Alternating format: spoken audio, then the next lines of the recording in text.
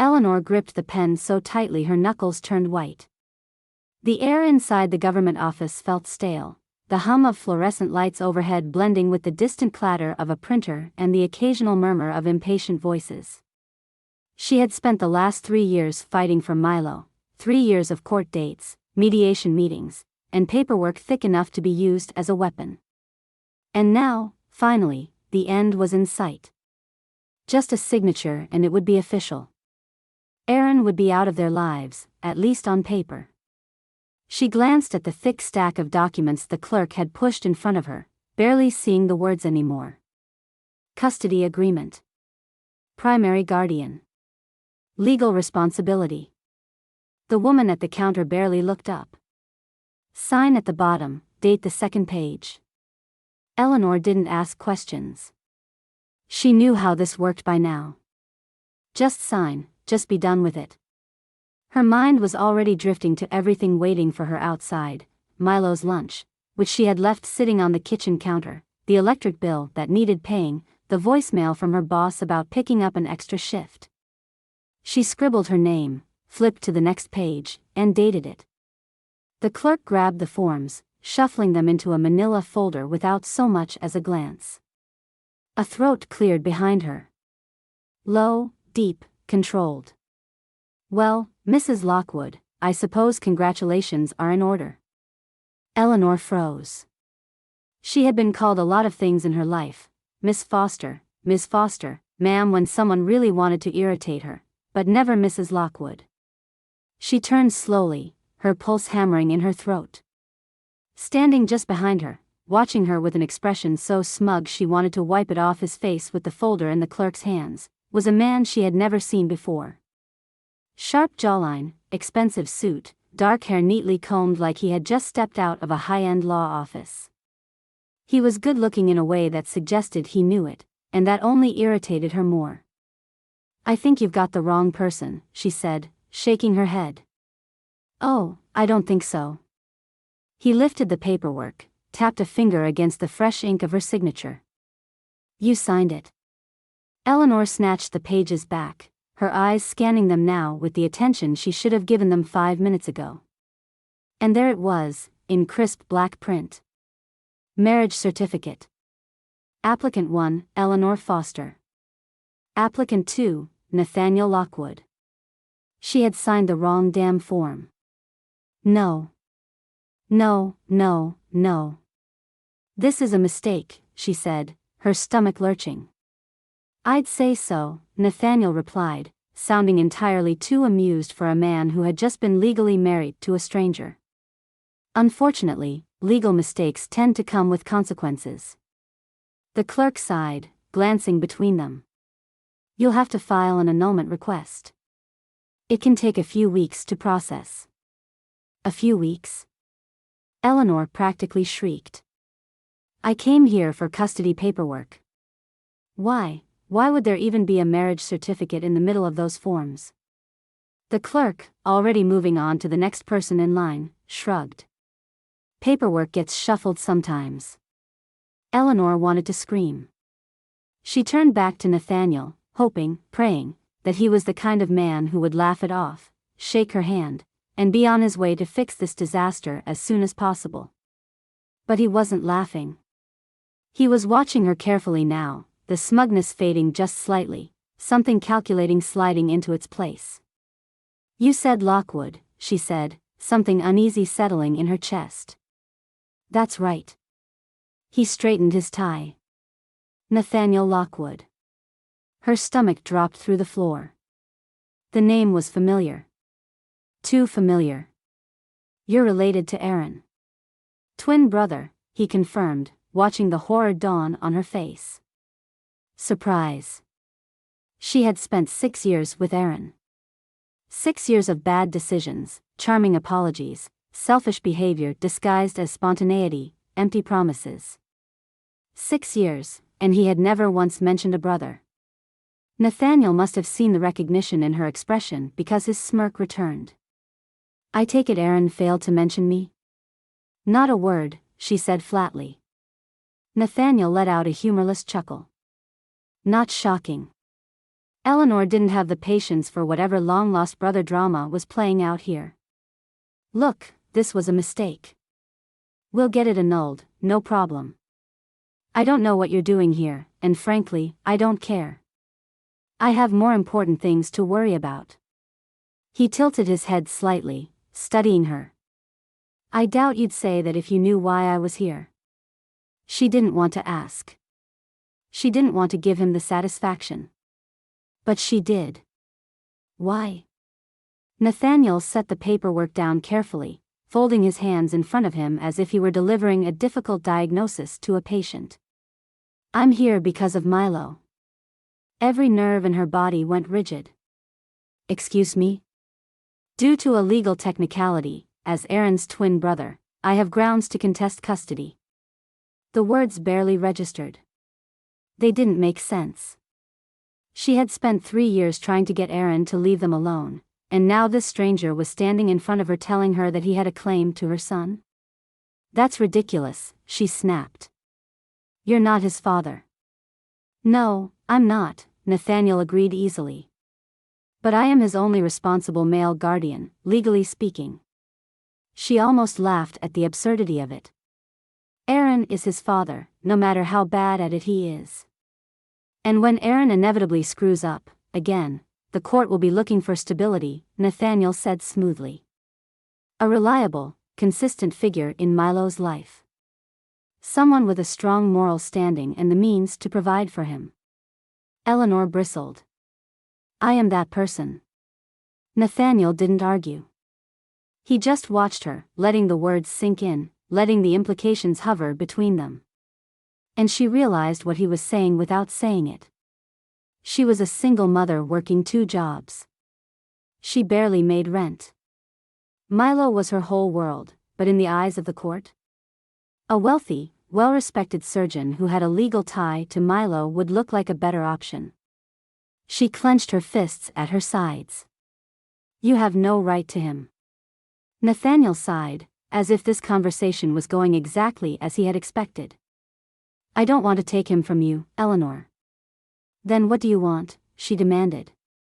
His lips quirked, just slightly. I want to make sure he's raised properly. And I want to fix the mistake you just made. She didn't know whether to be relieved or terrified. The only thing she knew for certain was that her day had just taken a turn she could have never predicted. Eleanor's hands curled into fists as she followed Nathaniel out of the government office, her heels clicking sharply against the linoleum floor. The moment they stepped outside, she spun toward him, pointing an accusatory finger at his chest. You're going to march right back in there and fix this, she snapped. Nathaniel, looking far too relaxed for someone who had just acquired an unwanted wife, simply adjusted his cufflinks. An annulment takes time. I don't care how long it takes, she shot back. This was a mistake, a clerical error, and I will not spend another minute legally attached to you. He studied her with an unsettling calm, as if she were an interesting but ultimately unimportant case study. I'm afraid that's not going to happen. The words knocked the air from her lungs. Excuse me? I'm not agreeing to an annulment, he said, his voice even, his tone almost indifferent. At least, not yet. Eleanor blinked at him, certain she had misheard. This isn't a negotiation. We don't even know each other. Why would you want to stay married to me? His expression remained unreadable. It's not about you. She let out a humorless laugh. Oh, well, that's comforting. So what's it about, then? You enjoy making women miserable? Is this some kind of power trip? Nathaniel sighed as if she were being unreasonable. I'm not trying to make your life harder, Eleanor. But there are things you don't know. And until you do, I'm not signing anything. Her chest tightened with frustration. I don't care what I don't know. What I do know is that I'm not your wife, and I'm certainly not going to stand here while you. Our mother gave me up for adoption, he interrupted, his voice quiet but firm. The words landed between them like a dropped stone. The fight drained from Eleanor's body, replaced with confusion. What? Nathaniel exhaled, glancing away for a brief moment before turning back to her. Our mother, Aaron's and mine, had twins. But she couldn't afford 2 children, so she gave one of us up. She kept Aaron. Eleanor's head spun. She had spent years with Aaron, shared a home, a child, a life. How had he never once mentioned this? That doesn't make sense, she said slowly. He never told me he had a brother. Nathaniel's lips pressed together, his expression unreadable. He doesn't acknowledge it.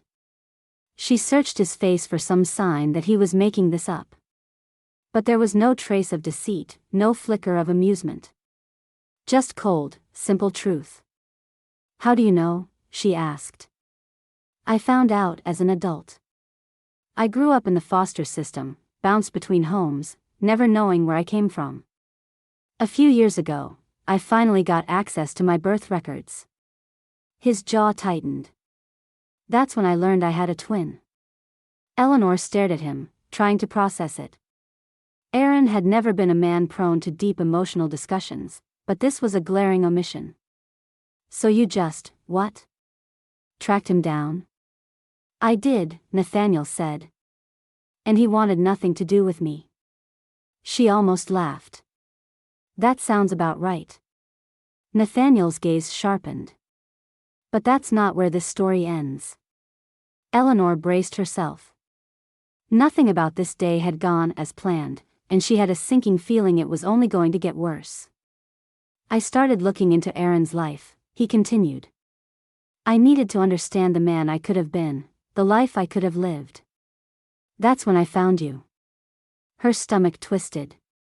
What do you mean, you found me? I mean I found out about Milo, Nathaniel said simply. I found out about the custody battle, about Aaron's refusal to let go, about the way he uses your son to control you. Eleanor's breath caught in her throat. She had spent years trying to keep Milo safe from Aaron's mind games, doing everything in her power to shield him from the toxic dynamic she had once been trapped in. The idea that a stranger, no, not just a stranger, Aaron's twin, had been watching it all unfold sent a shiver down her spine. You had no right to dig into my life, she said, her voice unsteady.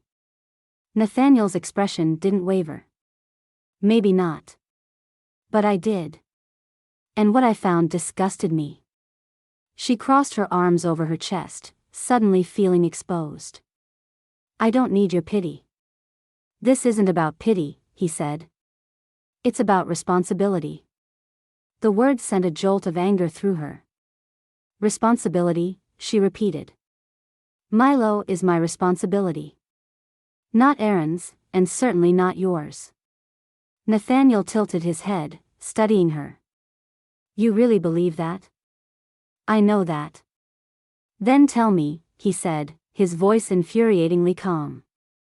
If Aaron truly didn't care about Milo, why is he fighting so hard to keep his legal ties intact? Eleanor's stomach clenched. She had asked herself that question more times than she could count. Aaron didn't love Milo, not in the way a father should. He didn't care about bedtime stories or scraped knees or what their son wanted to be when he grew up. But he cared about winning. About keeping Eleanor under his thumb. About making sure she never truly escaped him. Nathaniel watched her carefully. You don't have to answer. I already know. She hated how easily he had picked apart the situation, how quickly he had unraveled the years of legal battles and emotional exhaustion. Why do you care? She demanded. Why does any of this matter to you? His expression darkened. Because I know what it's like to be discarded. The words hung in the air between them, heavy and unspoken. He was talking about himself, about the way he had been given away like an afterthought. But Eleanor wasn't about to let him turn this into a personal crusade. So what? She challenged. You think you're going to swoop in and save Milo? Play the hero and fix everything? Nathaniel's gaze didn't waver. I think I can do something Aaron never will. Eleanor's heart pounded. And what's that? Fight for him. His voice was steady, unwavering. Not as a bargaining chip. Not as leverage. As family. She had spent so long battling Aaron alone, so long pushing forward with nothing but sheer determination. The idea that someone else, someone who had no obligation, no reason, wanted to fight for Milo was almost unbearable. But it didn't change the facts. "You're not his father," she said, her voice sharp. "And you never will be." Nathaniel didn't flinch. "No, I'm not. But I am his uncle. And thanks to today's little accident," he added, lips curling into something that wasn't quite a smile, "I'm also his stepfather." Eleanor's hands clenched at her sides. Not for long. His gaze locked onto hers. "We'll see about that." The weight of his words settled over her, thick and suffocating. She had walked into that office expecting closure, a final victory after years of struggle. Instead, she had walked out with a husband, a new enemy, and a battle she never saw coming. Eleanor barely had time to drop her purse on the kitchen counter before the pounding on her apartment door started. Loud, insistent, and full of barely contained rage. She closed her eyes, inhaled sharply, and braced herself before yanking it open. Aaron stood on the other side, his familiar smirk stretched across his face, his hands shoved deep into the pockets of his leather jacket. He had that look he always got when he knew something before she did, when he was reveling in the chaos he was about to unleash. "Well, well, well," he drawled, stepping inside without waiting for an invitation. "Mrs. Lockwood." Eleanor shoved the door closed behind him, crossing her arms over her chest. "What do you want, Aaron?" "What do I want?" He let out a sharp laugh. "I want to personally congratulate my lovely ex on her brand new husband.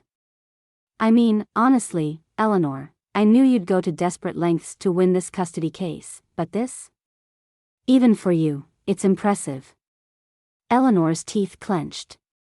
It was a mistake. Aaron tilted his head in mock sympathy. "That's exactly what I told the judge about our relationship, but you didn't seem to care then." She turned away from him, forcing herself to focus on the kitchen table, the grocery list scrawled on the notepad by the fridge, anything that didn't involve giving Aaron the satisfaction of seeing how much he got under her skin. "You need to leave," she said, voice measured. "Milo's at school, and I'm not in the mood to do this right now." "Oh, don't worry, I'm not here for him." Aaron leaned against the counter, stretching out like he owned the place. "I just wanted to see it with my own eyes." The great Eleanor Foster, so desperate to get rid of me that she accidentally shackled herself to my long-lost brother. Eleanor's stomach twisted at the way he said it, like it was some ridiculous joke at her expense. Maybe it was. Maybe, in some twisted way, this was exactly the kind of cruel, absurd humor the universe found amusing. Aaron clucked his tongue. "Tell me, how did it happen? You trip and land on a marriage certificate? Or did you take one look at all that money and think, hey, why not upgrade?" She whipped around, her blood boiling. "You don't get to act outraged. You're the reason we were even in that damn office to begin with." Aaron raised his hands in mock innocence. "I don't recall asking you to marry my brother." "Half-brother," Nathaniel corrected smoothly from the doorway. Aaron turned, his smirk faltering just slightly. Nathaniel stood there, perfectly composed, like he had been waiting for the right moment to make his entrance. His presence filled the small space effortlessly, his tailored suit a stark contrast to Aaron's worn jeans and scuffed boots. The two of them, standing in the same room, were like distorted reflections, so similar at a glance, but completely different upon closer inspection. Nathaniel let the silence stretch for a moment before stepping forward, slipping his hands into his pockets like this was just another day at the office. "Aaron," he said evenly. "It's been a long time." Aaron scoffed. "Not long enough." Eleanor could feel the shift in the air, thick with something unresolved, something bitter. Aaron had never mentioned Nathaniel, never once let on that there was another version of himself walking around in the world, one who had been cast aside. And yet, the tension between them made it clear this wasn't the first time they had crossed paths. Nathaniel's expression remained unreadable. I'll keep this brief. You're going to sign over full custody of Milo to Eleanor. Aaron barked out a laugh, shaking his head. Oh, you really are new here. Let me explain something to you, brother. He took a step closer, lowering his voice like he was sharing a secret. This little arrangement she and I have. It's not about Milo. It never has been. This is about making sure Eleanor knows she's never really free. Eleanor's stomach turned at the truth of it, at the way Aaron had always dangled custody like a chain around her neck. Nathaniel, however, remained unimpressed. That's exactly what I thought. Aaron's smirk wavered for a split second. Excuse me? Nathaniel took another step forward, his voice calm, precise. I've been watching this situation unfold for months. Eleanor fighting tooth and nail for Milo, you conveniently dragging out the process, keeping her tied to you just enough to maintain control. He tilted his head. But here's where you made a mistake. You thought she was alone. Aaron's jaw tightened. Nathaniel smiled, slow and deliberate. She's not. The silence was deafening. Eleanor had spent so long standing in courtrooms alone, sitting across from Aaron's smug expression while judges debated over legal technicalities. But now, for the first time, someone else was standing on her side of the line. And Aaron didn't like it. You think you can walk in here and tell me what to do? Aaron finally snapped. You think because you've got money, you can make this go away? Nathaniel shrugged. Money's useful. But that's not what's going to make this go away. Aaron crossed his arms. Oh. And what is? Nathaniel's smile faded. A lawsuit. The word cut through the air like a blade. Aaron blinked, his bravado faltering for the briefest moment. A lawsuit, he repeated, like he was making sure he had heard correctly. Nathaniel nodded. Neglect. Emotional harm. Failure to provide a stable home environment. I have a legal team that would love nothing more than to tear your entire life apart in court. Aaron laughed, but it was forced now, uneasy. You can't be serious. Oh, I am, Nathaniel assured him. Very. Aaron turned to Eleanor, as if she might somehow intervene. You're really going along with this? Eleanor met his gaze, the years of exhaustion and frustration boiling beneath the surface. You never cared about Milo, Aaron. You cared about controlling me. And I'm done. For the first time, Aaron had nothing to say. Nathaniel took a step back, smoothing out his sleeves. You have two options.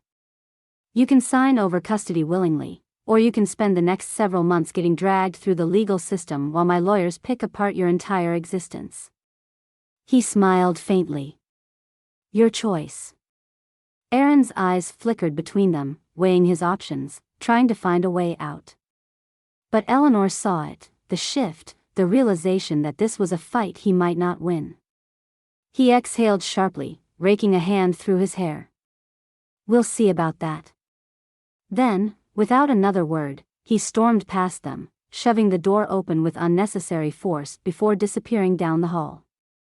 Eleanor stood there, the silence pressing in, her heart still hammering against her ribs.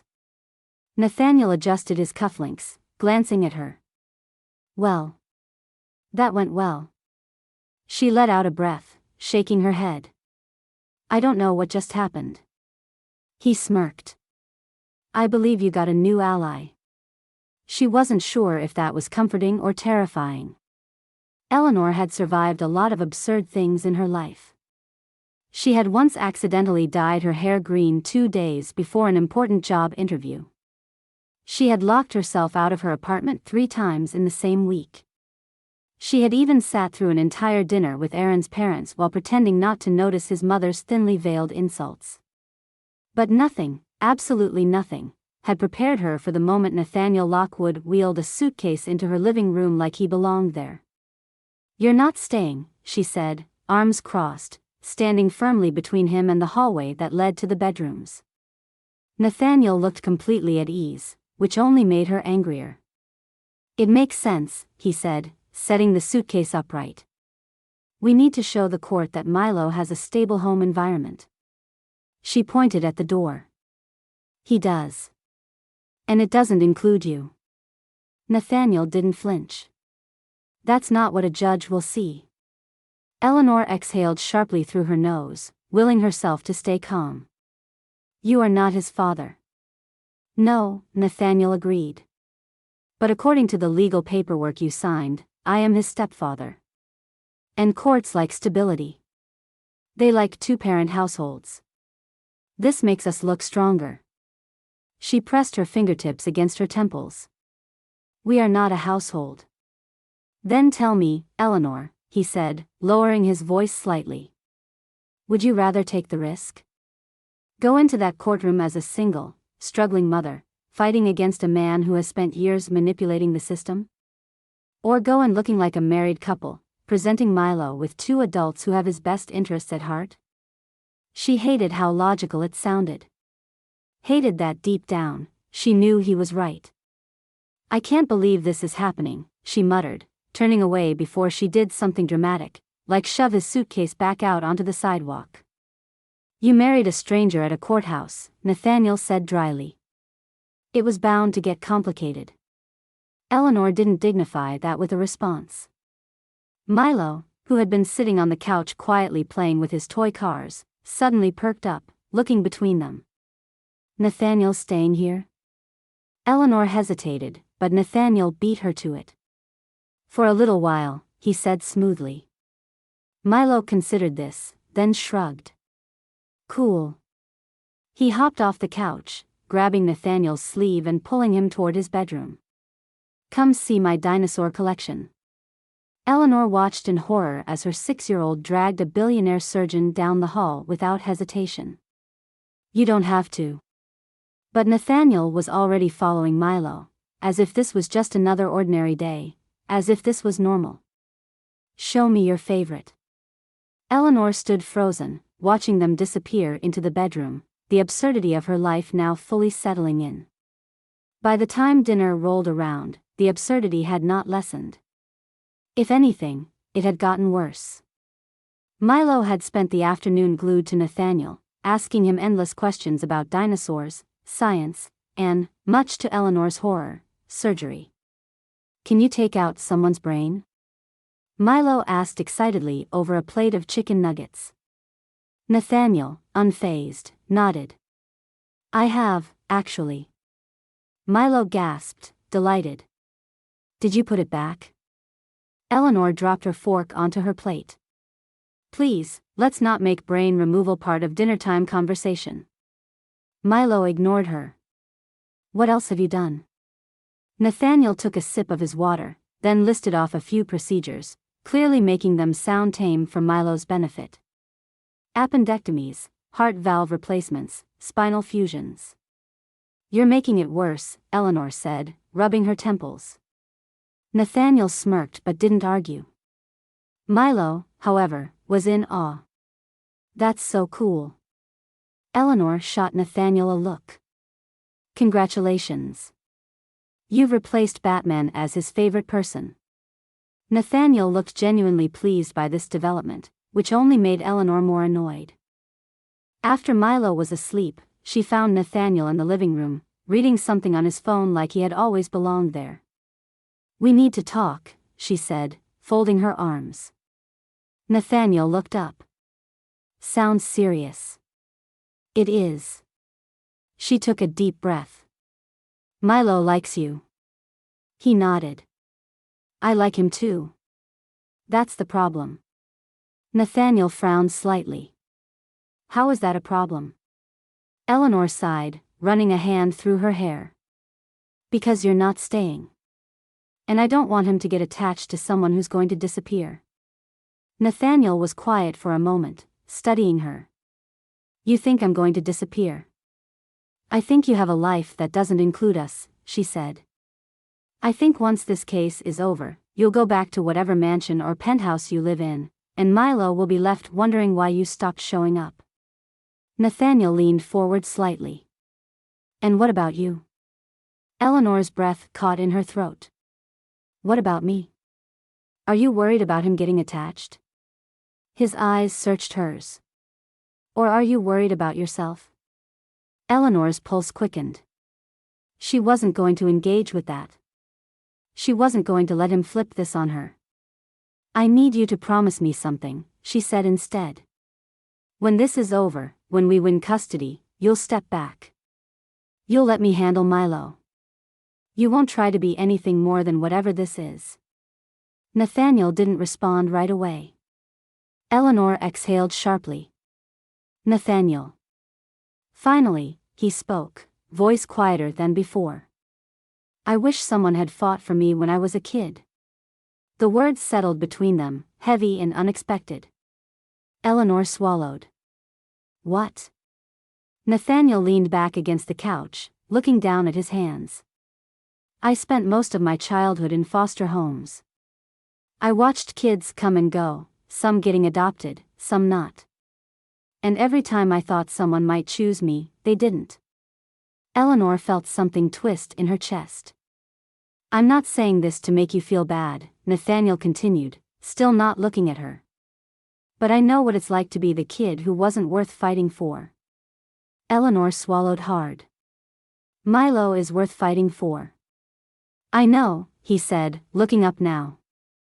And that's why I'm here. Eleanor didn't know what to say to that. She had spent so long fighting this battle alone, carrying the weight of it on her own shoulders.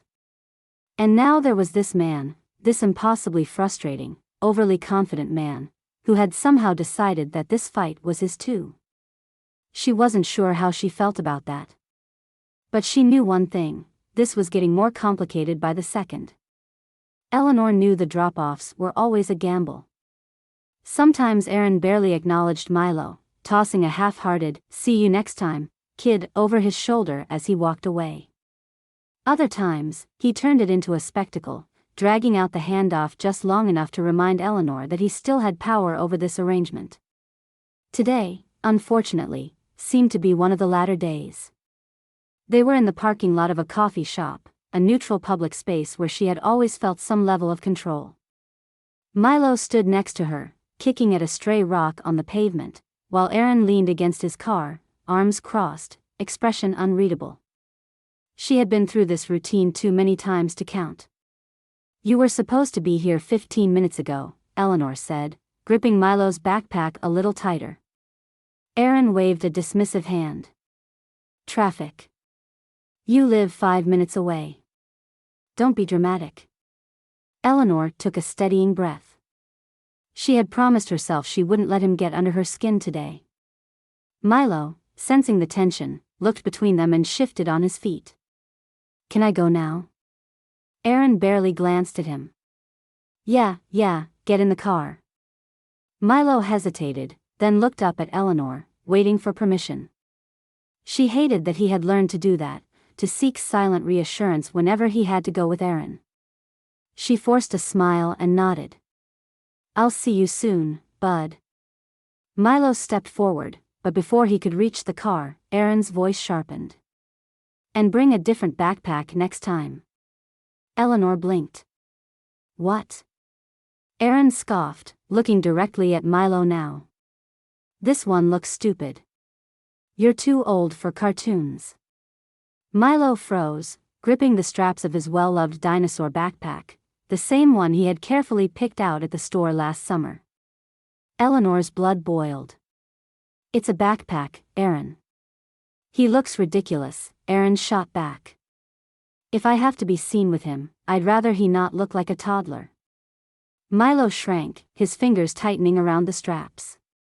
Before Eleanor could react, Nathaniel stepped forward. He had been standing by the car, silent up until now, but his voice carried an authority that made even Aaron pause. Don't talk to him like that. Aaron turned, eyebrows raised, as if just now remembering Nathaniel was there. Excuse me? Nathaniel's expression didn't waver. You're an adult. He's a kid. Maybe act like one of you is actually grown up. Eleanor's breath caught.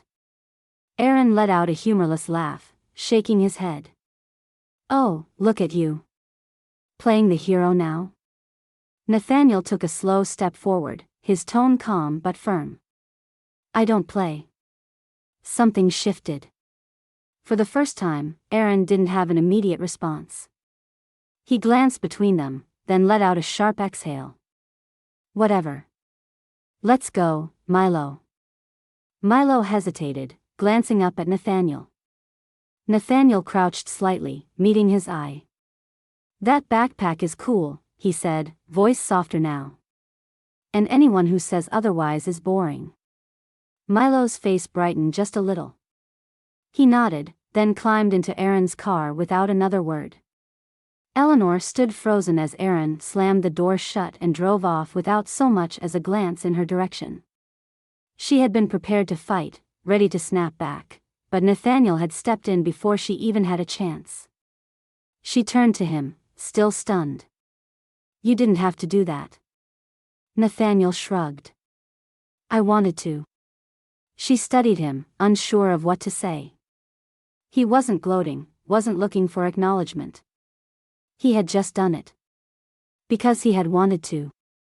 Later that evening, after Milo had been dropped back off and put to bed, Eleanor found Nathaniel in the living room, reading on the couch like he belonged there. She leaned against the doorway, arms crossed. Why did you really do that? He looked up, confused. What? The thing with Aaron, she said. You could have let me handle it. Nathaniel set the book down. I know you can handle yourself. Then why? For a moment, he said nothing. Then, finally, he exhaled. Because I know what it feels like to be him. Eleanor frowned. Who? Milo. Her stomach tightened. Nathaniel leaned back, running a hand through his hair. I spent most of my childhood in foster care. Bounced between homes, told to be grateful when people took me in, even when they barely looked at me. His jaw tensed. And when I finally got adopted, I spent years trying to be good enough. The perfect son. The one they wouldn't regret choosing. Eleanor's throat felt tight. Nathaniel let out a quiet, humorless laugh. The thing is, no matter how much I tried, no matter how well I did, there was always something. I was too quiet, too different, too much of a reminder that I wasn't actually theirs. He looked down at his hands. So yeah. When I saw Aaron talk to Milo like that, I guess I reacted. Eleanor hadn't realized she was gripping the doorway until her fingers ached. She sat down on the chair across from him, studying him carefully. Nathaniel always seemed so composed, so controlled, but right now, there was something raw in his expression. Something vulnerable. She wasn't sure what to say. So instead, she said, "Thank you." He looked up, surprised. For standing up for him, she clarified. Nathaniel held her gaze, then nodded. The warmth of that moment, however, didn't last long. The next day, Eleanor opened her mail and nearly dropped the stack of envelopes onto the floor. There, in a crisp white envelope with no return address, was a receipt. A bank transaction. Every single outstanding bill she had, the rent, the overdue utilities, even the credit card she had barely been making minimum payments on, was marked as paid. In full. She knew, before even asking, who had done it. She stormed into the living room, gripping the paper so tightly it crumpled in her hands. Are you kidding me? Nathaniel, standing by the window, turned. Good morning. She held up the receipt. You had no right. He didn't look the least bit guilty. Eleanor. You think you can just throw money at my problems and fix them? That's not what I don't need a billionaire swooping in and making decisions for me. She was shaking now, fury bubbling under her skin. Nathaniel's expression hardened. It wasn't about you. She laughed, sharp and humorless. Oh, really? Then who was it about? Milo, he said simply. That stopped her. Nathaniel stepped forward, voice measured. I know what it's like to live in uncertainty. To not know if the bills are paid, to see the stress on the person taking care of you. I didn't do this to insult you. I did it because Milo deserves stability. Eleanor clenched her jaw. I get it, Nathaniel continued. You don't want my help. But this isn't about pride. It's about making sure your kid doesn't have to see you struggle. Her anger faltered, but she wasn't ready to let it go. You should have talked to me first, she said, voice quieter now. Nathaniel exhaled. I will, next time. Eleanor wasn't sure she believed him. But she also wasn't sure she wanted him to stop. The knock at the door came just as Eleanor was loading dishes into the sink, still wearing the oversized t-shirt she slept in, her hair a tangled mess from barely managing to get Milo out the door on time. She had exactly 5 minutes before she had to leave for work. The last thing she needed was unexpected company. She yanked the door open, expecting a package delivery or maybe the nosy neighbor asking if she'd seen a stray cat again. Instead, a woman in a crisp blazer and sensible flats stood on the doorstep, holding a folder and looking entirely too serious for this early in the morning. Eleanor Foster, the woman asked. Eleanor straightened immediately, suddenly very aware of the state of her living room, Milo's socks on the coffee table, an open cereal box on the couch, a toy dinosaur staring at her from under the bookshelf. Yes? My name is Denise Caldwell. I'm with the Family Court Services. I'm conducting a home visit for your custody case. Eleanor's stomach dropped. I wasn't told there would be a home visit. That's the point, Denise said with an efficient smile. It's meant to assess day-to-day conditions without preparation. Eleanor wanted to slam the door in her face. Instead, she forced a tight smile. Of course. Please, come in. Denise stepped inside, pulling out a notepad, her eyes scanning the apartment with quiet calculation. Eleanor suddenly wished she had spent less time arguing with Nathaniel last night and more time cleaning. Just as Denise started flipping through her paperwork, footsteps echoed from the hallway. Nathaniel appeared, freshly showered, wearing a crisp button-down with the sleeves casually rolled up. He glanced at Eleanor, then at Denise, before slipping seamlessly into whatever version of himself handled high-pressure situations. Good morning, he said smoothly. I don't believe we've met. Denise extended her hand. Denise Caldwell, Family Court Services. Nathaniel shook it firmly. Nathaniel Lockwood. Eleanor's husband. Eleanor gritted her teeth. She had no idea how he managed to say things with such confidence, like their marriage was anything other than an absolute disaster. Denise made a note. And you reside here full-time? Nathaniel didn't miss a beat. Yes. Eleanor's jaw nearly unhinged. Denise jotted something down. And what would you say your role is in Milo's daily routine? Nathaniel gave a small, easy smile. I pick him up from school when Eleanor works late, help him with his homework, and make sure he eats something besides cereal when his mom is running on fumes. Denise nodded approvingly. Eleanor could feel her own blood pressure rising. And your relationship with Milo? Denise asked. Nathaniel glanced at Eleanor, then back at the investigator. He's an incredible kid. Bright, kind, a little obsessed with dinosaurs, but I consider that a plus. He chuckled, like a man who belonged in a Hallmark movie. I think he feels comfortable with me. We've built trust. Denise scribbled notes furiously, nodding along as if Nathaniel had just delivered a heartfelt monologue on the virtues of parenthood. Eleanor could barely see straight. Nathaniel was charming Denise right out of her government-issued sensible flats, and there was nothing Eleanor could do about it without making herself look unhinged. Denise turned to her. And you and Mr. Lockwood? How would you describe your marriage? Eleanor's spine went rigid. She forced herself to smile. Normal. Denise raised a brow. Normal?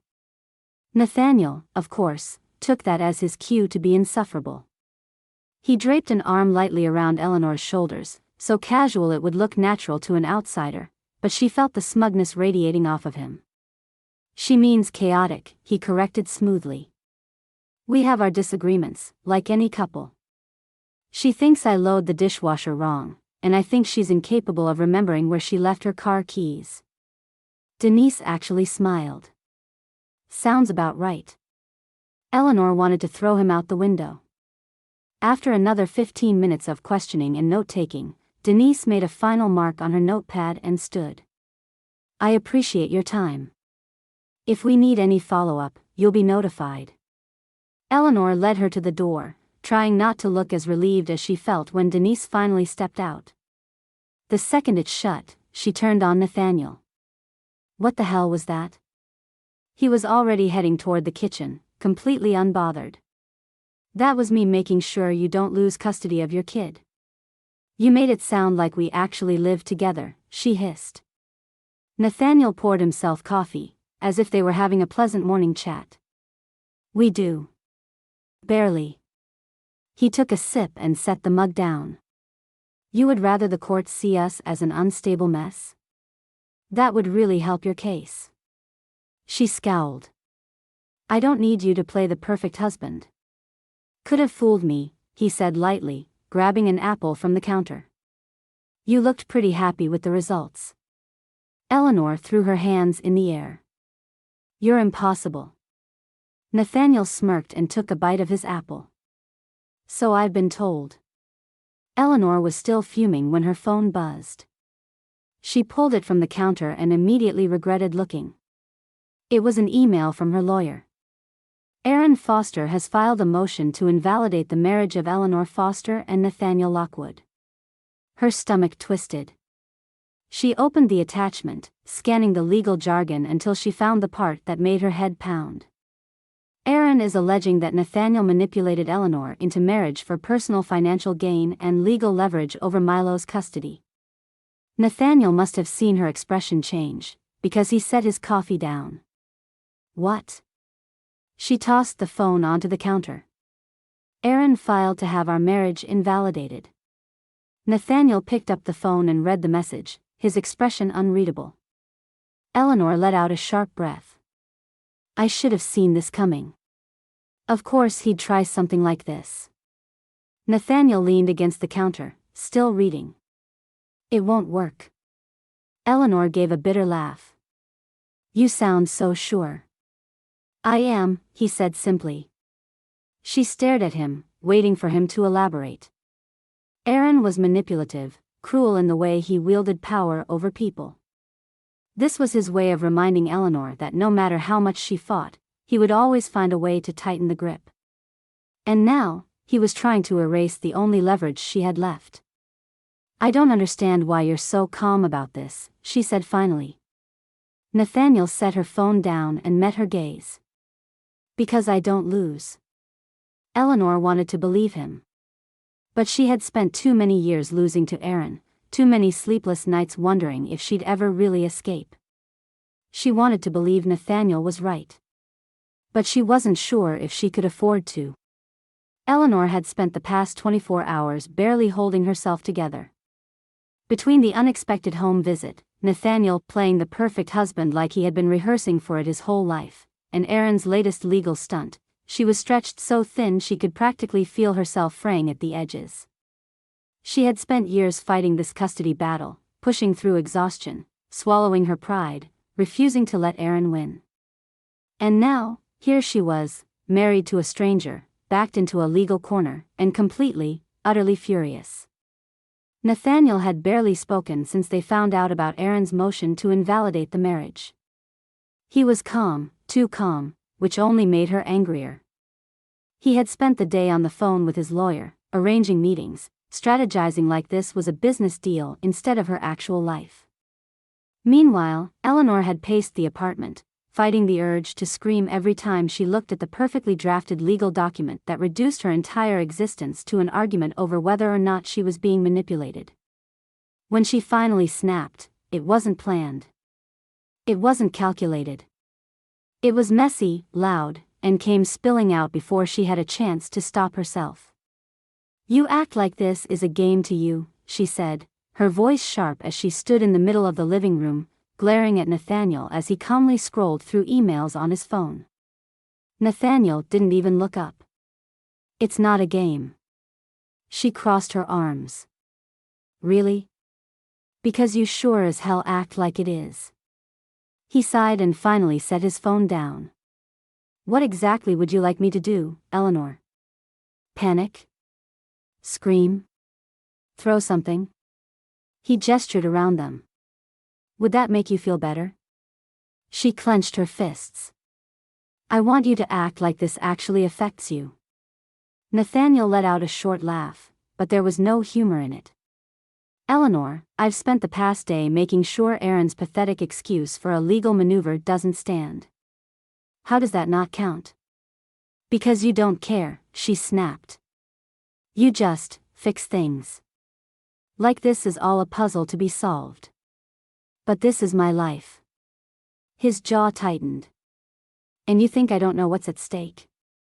"You don't," she said, her voice rising. "You don't know what it's like to fight for your child every day. To wake up terrified that some technicality, some loophole, some cruel, manipulative man will take him from you." Nathaniel's expression darkened. "And you don't know what it's like to be the child no one fought for." The room went silent. Eleanor's breath was still coming fast, her heart pounding in her ears. Nathaniel stood there, perfectly still, his eyes unreadable. But something had shifted. The air between them was heavier now, thick with things unspoken. Eleanor swallowed hard. "Nathaniel. I grew up in a dozen different homes," he said, voice controlled but laced with something deeper, something raw. "I learned how to make myself small enough to be kept. Or at least, I tried. But it was never enough." Eleanor felt the anger drain from her body, leaving something heavier behind. Nathaniel exhaled, shaking his head. "I know what it's like to be a case file. To have people look at you like a problem to be solved instead of a person. So no, Eleanor, I don't know what it's like to fight for a child. But I do know what it's like to be the kid who wasn't worth fighting for." She had no words. Not because she didn't have anything to say, but because nothing she could say would fix that. Nothing could make up for the kind of loneliness he had endured. Nathaniel studied her for a moment before running a hand over his jaw. "We have court tomorrow," he said, his voice steadier now. "You should get some sleep." Eleanor watched as he turned and walked toward his room, leaving her standing there, reeling. The courtroom was cold, the kind of cold that wasn't from air conditioning but from the weight of decisions that changed lives. Eleanor sat beside her lawyer, hands clasped tightly in her lap, as Aaron's attorney stood before the judge, outlining why their marriage should be deemed invalid. Mr. Lockwood's financial status and professional influence make it clear that he holds significant power in this relationship, the attorney argued. It is highly likely that Ms. Foster felt coerced into this marriage in an attempt to secure stability for herself and her son. Eleanor's hands curled into fists. She could feel Aaron watching her, that same smug expression he always wore when he thought he was winning.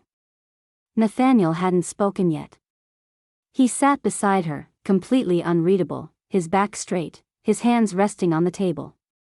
He didn't seem fazed by any of it, didn't react, and the attorney called their relationship a fraud, didn't blink when Aaron himself took the stand and spun a story about how Eleanor was being manipulated. And then it was Nathaniel's turn. He stood, buttoned his suit jacket with that same effortless precision he did everything with, and walked to the witness stand. He swore to tell the truth, then settled into his seat, his expression unreadable. The judge nodded. "Mr. Lockwood, how do you respond to these allegations? Did you manipulate Miss Foster into this marriage for personal gain?"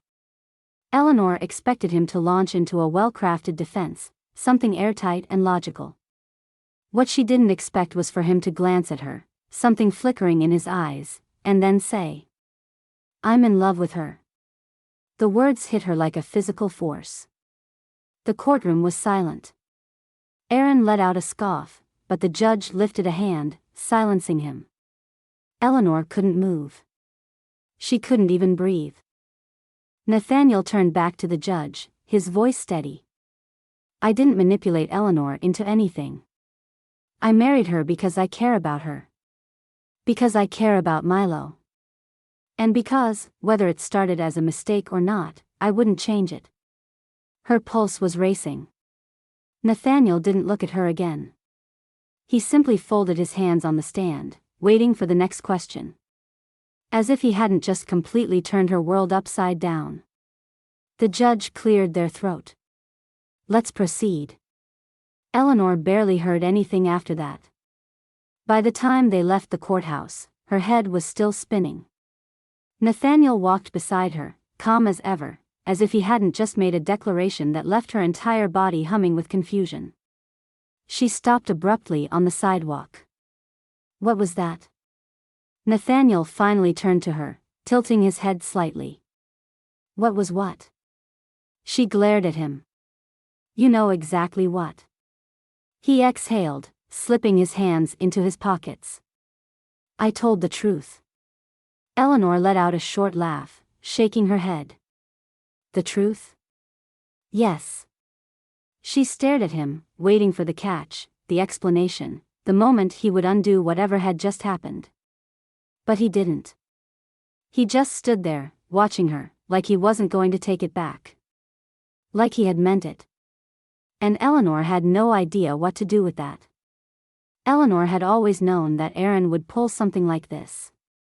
He was predictable in the worst way, always waiting until the last possible moment to strike, always holding back his most vicious play until he could maximize the damage.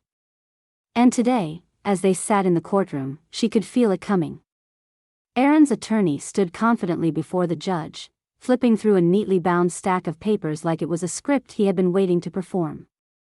Your Honor, I'd like to submit new evidence that directly contradicts Mr. Lockwood's testimony from the last hearing. Eleanor's stomach twisted. The judge nodded, motioning for the bailiff to retrieve the documents. Proceed. Aaron leaned back in his chair, his smirk barely concealed as his attorney cleared his throat. This is a report compiled by a private investigator, detailing the circumstances of Mr. Lockwood and Miss Foster's marriage.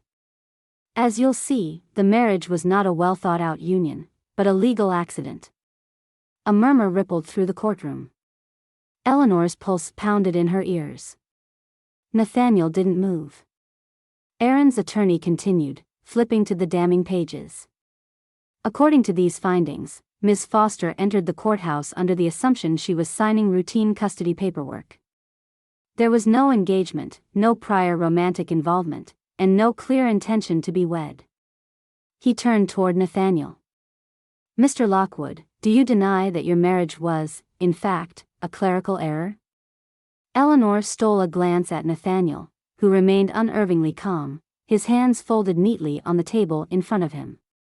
I don't deny that, Nathaniel said simply. The judge raised an eyebrow. So you admit that your marriage was never planned? Nathaniel nodded. It was a mistake. But that doesn't mean it isn't real. Aaron scoffed, shaking his head. Give me a break. The judge lifted a hand, silencing him before turning back to Nathaniel. The issue, Mr. Lockwood, is that your previous testimony suggested otherwise.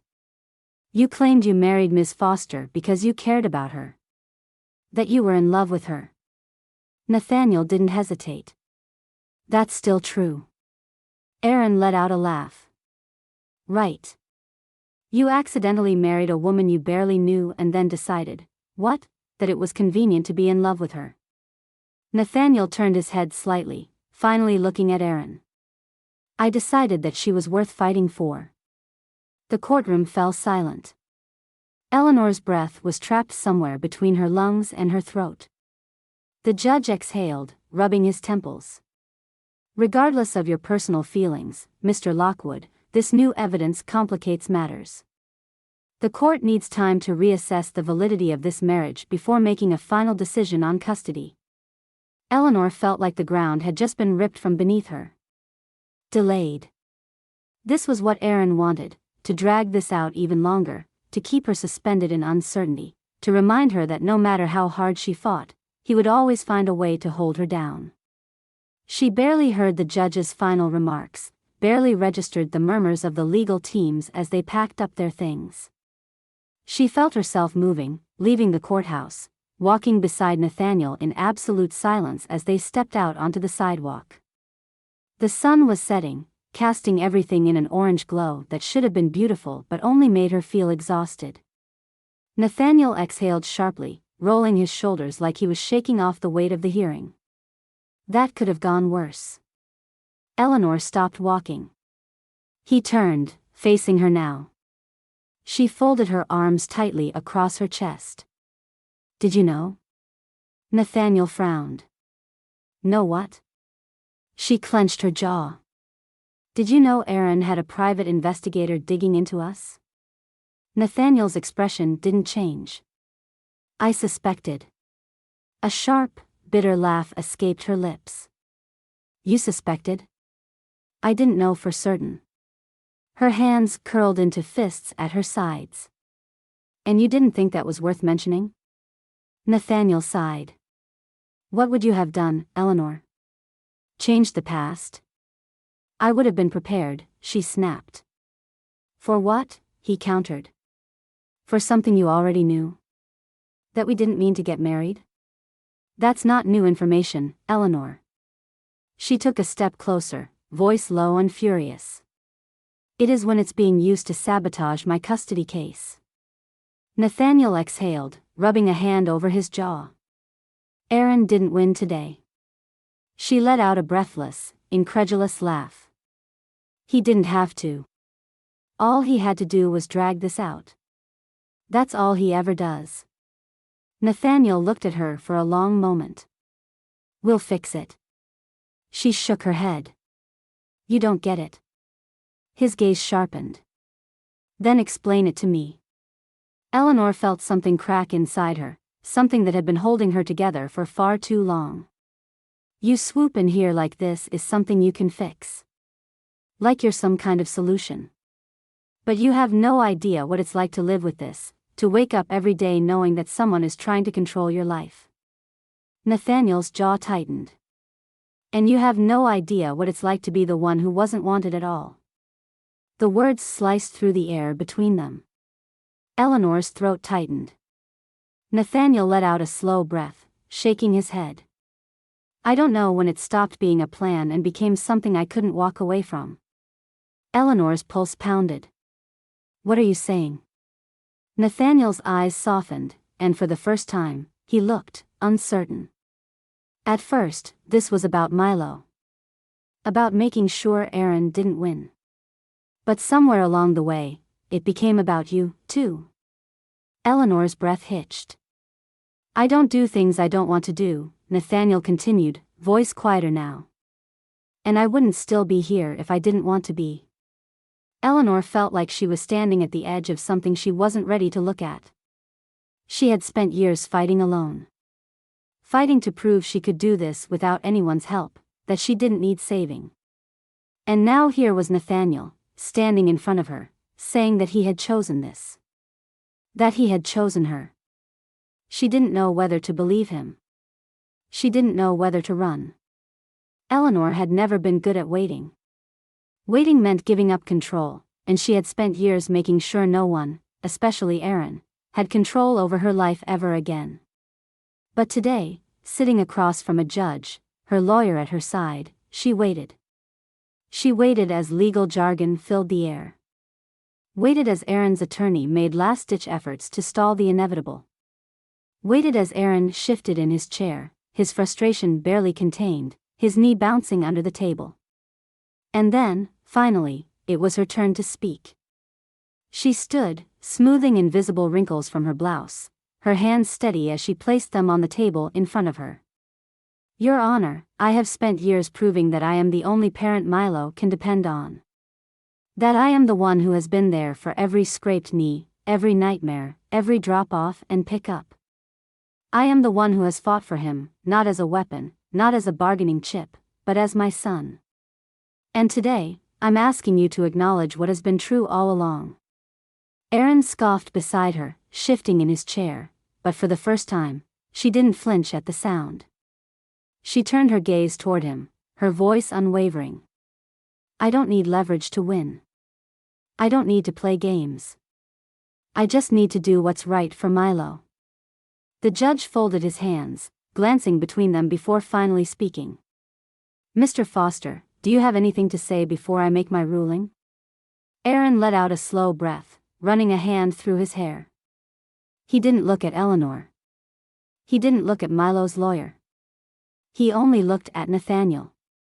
Nathaniel, who had barely spoken all day, sat back in his chair, silent and calm.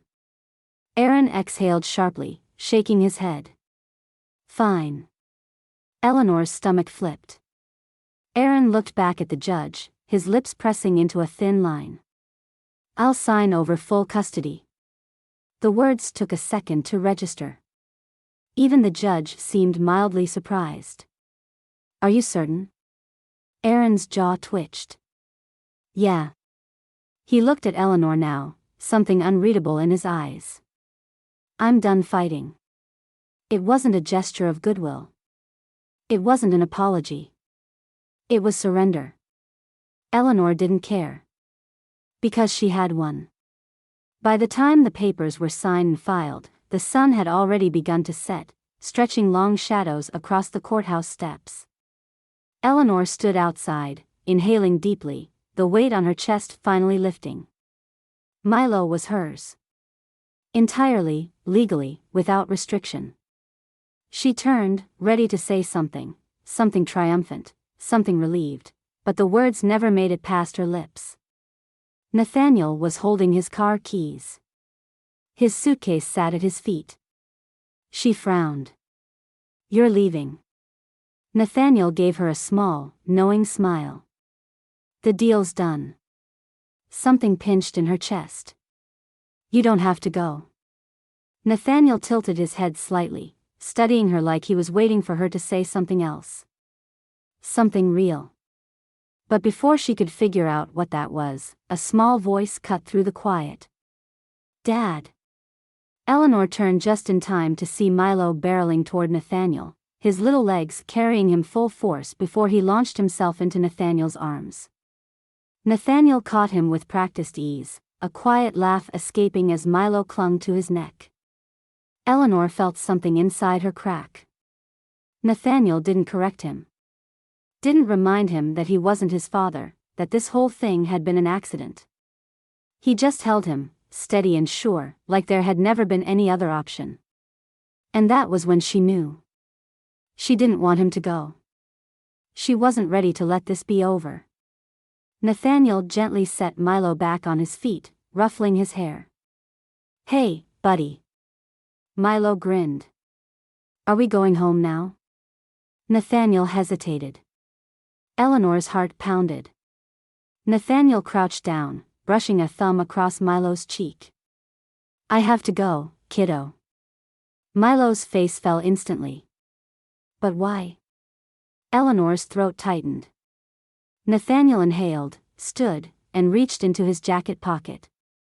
He pulled out a folded stack of papers and held them out toward her. She didn't have to open them to know what they were. Annulment papers. Nathaniel's voice was quiet. "You don't have to keep me."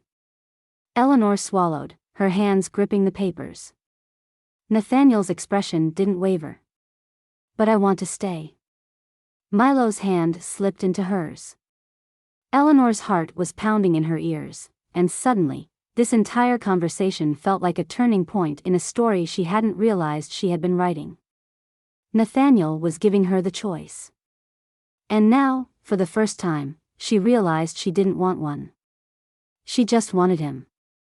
Eleanor had spent years making decisions based on necessity. She had never had the luxury of indulging in uncertainty, never been able to sit with a problem and simply wonder about the answer. She had been too busy surviving, too busy making sure Milo had everything he needed, too busy holding everything together with sheer force of will. But now, she was stuck in a question she couldn't answer. Did she love Nathaniel? Or did she just love what he represented, the stability, the security, the knowledge that she wasn't fighting alone? She had spent so long doing everything herself that the thought of depending on someone felt foreign, almost dangerous. But Nathaniel had made it seem effortless. He had integrated himself into her life in ways she hadn't even noticed until she started realizing what it would mean if he were gone. She noticed it when she found herself making an extra cup of coffee in the morning before remembering he wasn't in the kitchen. She noticed it when she was helping Milo with his math homework and had to stop herself from saying, "Let's ask Nathaniel." She noticed it when she came home from work and the apartment was too quiet, when she realized how much she had gotten used to someone else being there, someone else filling the spaces that had once been empty. But none of that was love. At least, not the kind she had always thought love was supposed to be. Maybe she just liked not being alone. Nathaniel, however, had already made his decision. She found him in the guest room, the room that had become his without either of them ever discussing it, standing over an open suitcase, folding his clothes with the same careful precision he applied to everything. Eleanor leaned against the doorway, arms crossed. "You don't have to go." Nathaniel didn't look up. "I think I do." Her throat tightened. "Why?" "Because you don't need me," he said simply. Something about the way he said it made her chest ache. She swallowed, forcing her voice to stay even. "That's not true." He turned then, watching her for a long moment. "Then tell me why I should stay." She opened her mouth. Nothing came out. Nathaniel nodded, as if that silence was all the confirmation he needed. He zipped up the suitcase, grabbing his jacket from the chair. Eleanor's pulse quickened. "You're really leaving?" Nathaniel glanced toward the hallway as small footsteps padded across the floor. Milo peeked into the room, his brows furrowing as he took in the suitcase. "Where are you going?" Nathaniel crouched down, ruffling Milo's hair. "I have to go, kiddo." Milo's expression fell. "But why?" Nathaniel gave him a small smile. "Because your mom's got this." Eleanor's breath caught. Milo's arms wrapped around Nathaniel's neck in a fierce hug. "But you're coming back, right?" Nathaniel hesitated, just for a second. "We'll see, buddy."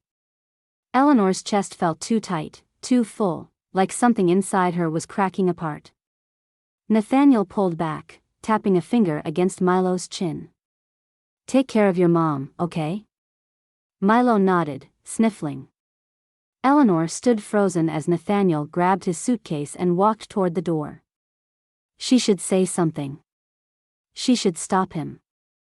But her feet wouldn't move, her lips wouldn't form the words, and then he was gone. The door clicked shut, and the silence that followed was unbearable. The next morning, Eleanor woke up feeling like the apartment had doubled in size overnight. Everything felt too open, too empty. She went about her usual routine, making breakfast, getting Milo ready for school, going to work, but there was a hollowness to all of it, a lingering sense of absence she couldn't shake. It wasn't just about having another adult in the house. It wasn't just about the extra help, or the safety net, or the fact that things had somehow felt easier when he was around. She missed him. That night, as she tucked Milo into bed, he looked up at her with wide, thoughtful eyes. "Mom?" She brushed his hair back. "Yeah, baby?" Milo hesitated, then whispered, "Why can't Nathaniel be my dad for real?" Eleanor's breath hitched. Milo wasn't asking about legality. He wasn't asking about last names or paperwork or anything that could be solved in a courtroom. He was asking why she was letting him go. And suddenly, everything fell into place. She didn't just need him. She loved him. Eleanor was not a reckless person. She was practical. Logical. The kind of woman who triple-checked the expiration dates on milk, who set multiple alarms just in case, who never, not once, made an impulsive decision that didn't involve grabbing an extra chocolate bar at the grocery store checkout. But at this moment, as she swerved through traffic with one hand gripping the steering wheel and the other jabbing at the GPS, none of that mattered. She had to get to him. She barely remembered throwing on a coat or grabbing her purse. She wasn't even sure if she had locked the front door. She had just heard Milo's question, "Why can't Nathaniel be my dad for real?" And suddenly, everything had clicked into place. She loved him. She had let him walk away, let her own fear trap her in silence when he had been standing right there, waiting for her to say something. And now he was leaving. Not just leaving their home. Leaving town. Her stomach clenched as she pulled into the airport, barely waiting for the car to be in park before she jumped out and ran. The terminal was crowded, full of people moving in every direction, all of them oblivious to the fact that she was about to do something completely, absurdly, terrifyingly un-Eleanor-like. Her heart pounded as she reached the departure screens, scanning frantically. New York. Gate 14A. She ran. She spotted him just as he was handing his boarding pass to the gate agent, his suit jacket slung over one arm, his posture calm, as if he wasn't about to disappear from her life.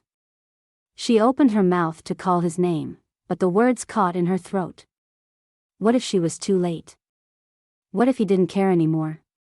What if she had been right all along, and she had only wanted him to stay because of what he represented, not because of who he was? And then, as if sensing her, Nathaniel turned around.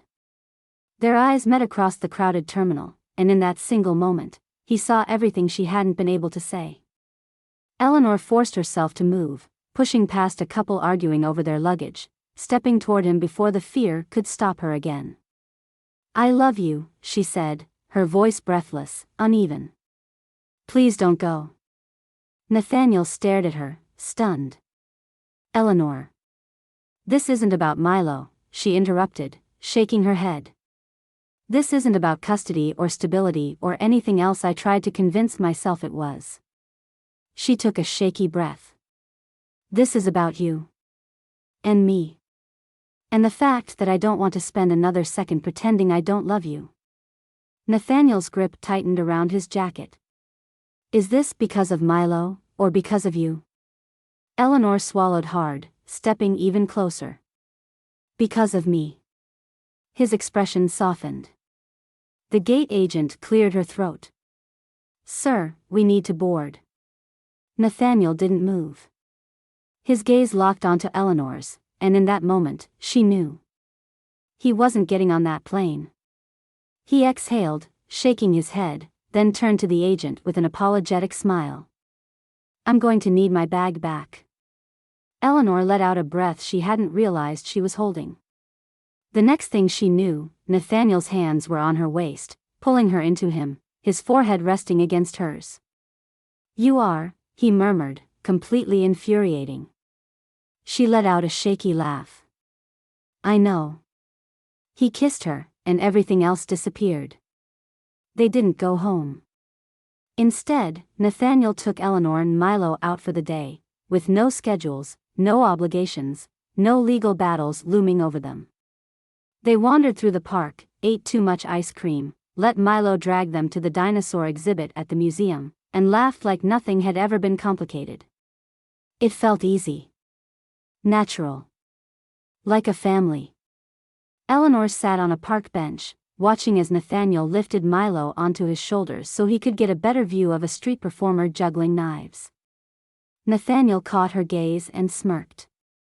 "Thinking about running again?" Eleanor shook her head. "No." She stood, walking toward him, slipping her hand into his without hesitation. "I don't want this to be a mistake anymore," she whispered. "I want it to be a choice." Nathaniel's fingers tightened around hers. "Then let's choose it." They did. Together. Milo's face lit up when they told him. "You're staying?" he asked, bouncing on the couch, practically vibrating with excitement. Nathaniel grinned. "Looks like it." Milo let out a triumphant yell. "This is the best day ever." And somehow, Eleanor agreed. The second wedding was small, quiet, and entirely intentional. No courthouse paperwork. No mistakes. Just them. Milo wore a tiny suit, beaming as he held the rings. Their closest friends and neighbors gathered in Eleanor's tiny backyard, string lights hanging overhead, laughter filling the air. Aaron didn't show up. For once, Eleanor didn't care. As they danced under the stars, Nathaniel pulled her close, his lips brushing against her ear. "Thank you for choosing me." Eleanor smiled, resting her head against his shoulder. "I think we chose each other."